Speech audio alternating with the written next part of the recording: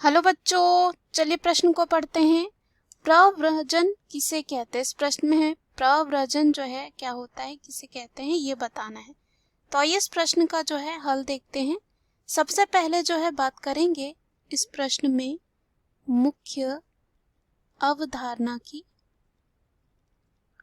मुख्य अवधारणा जो है इस प्रश्न में हमारे हो जाएगा प्रव्रजन।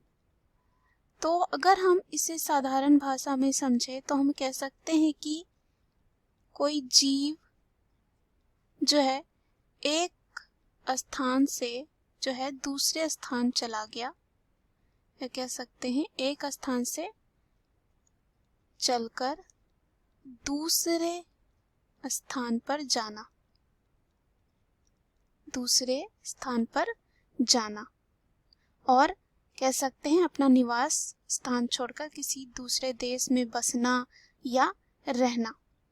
तो यहाँ पे अगर हम बात करें प्रव्रजन का, इसे हम अप्रवास भी कह सकते हैं। एक सामान्य प्रक्रिया होती है जो कह सकते हैं मानव आबादी या किसी अन्य जीवधारी को जो है एक स्थान से और कह सकते हैं क्षेत्र से दूसरे स्थान की और गतिशीलता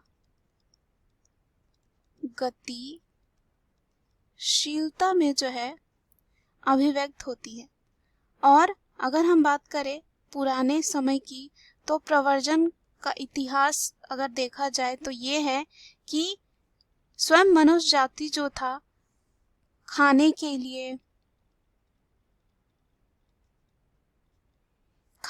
लिए साथ ही साथ खाने की चीजें के लिए, और कह सकते हैं बेहतर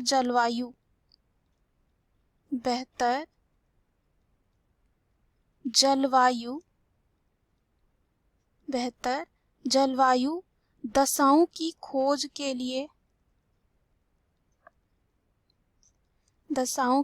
के लिए साथ ही साथ व्यापार के लिए और युद्ध अभियान जो है प्रव्रजन के प्रमुख कारण रहे हैं। अभी भी देखा जाता है कि अगर किसी को पढ़ाई करना होता है तो उसमें भी देख सकते हैं प्रव्रजन होता है। एक स्थान से दूसरे स्थान चले जाते हैं। अगर किसी को जलवायु पसंद नहीं है, अगर मान लीजिए भारत का कोई ऐसा क्षेत्र है जहाँ पे किसी को जलवायु पसंद नहीं आ रही है तो कहीं और चला जाएगा। तो प्रव्रजन के कारण जो है अगर हम बात करें आबादियों की अंतःक्रिया जो है यहाँ पे हुई है। क्या हुई है?